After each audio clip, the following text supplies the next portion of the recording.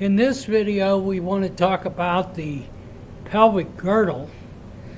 And this right here, see how big it is? I've had to get back. This is your pelvic girdle. Pelvic girdle.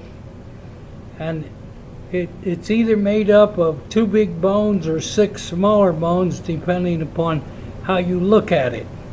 Because the bones fuse together for strength. See? There's a right coxa and a left coxa, okay? Or you could divide the coxal bone, C-O-X-A, the coxa bone, into 3 bones. This big bone is the ilium, okay? These loops down here are the ischium. Oops, ischium. See? Got the obturator foramen there, but we'll get to that. But that's the ischium. And then the bones coming toward the middle are the pubic bones. See? Big bone is what? The ilium. Okay. Then this one with the loop, that's the ischium. And then this bone across the front is the pubic bone.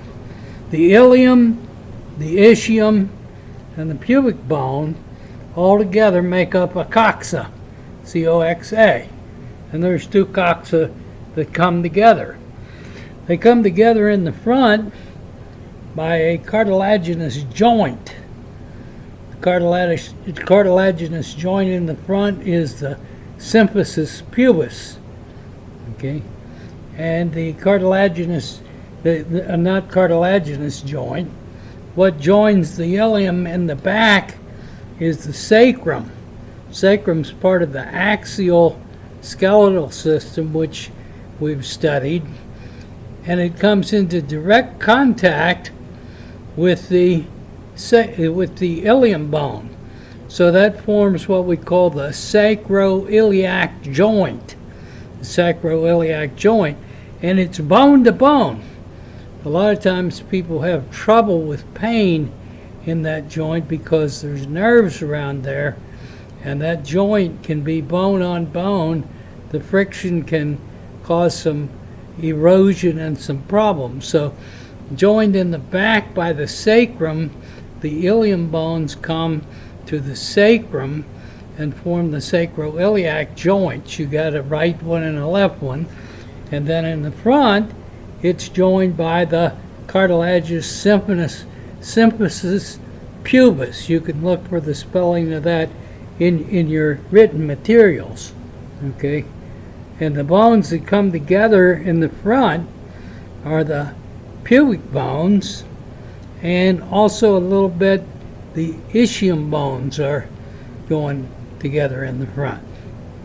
Okay, now this is a very important structure on the coxa or the pelvic girdle. This is called the acetabulum. It's called the acetabulum. The head of the femur, let me see if I can grab a femur over here.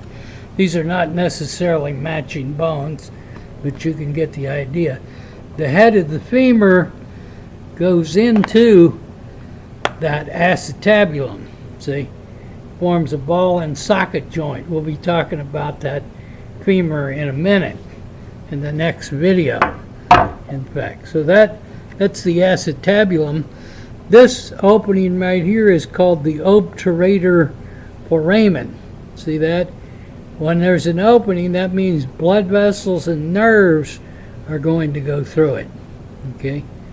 So let's see what else oh yeah, I always forget this. I told you in the video on the articulated skeleton that I would show you how you could tell a male skeleton from a female skeleton. It's not by the number of ribs. People ask that a lot. Males and females have the same number of ribs, but it's this angle right here, this subpubic, the angle below the pubic bones, is smaller in a male than it is in a female.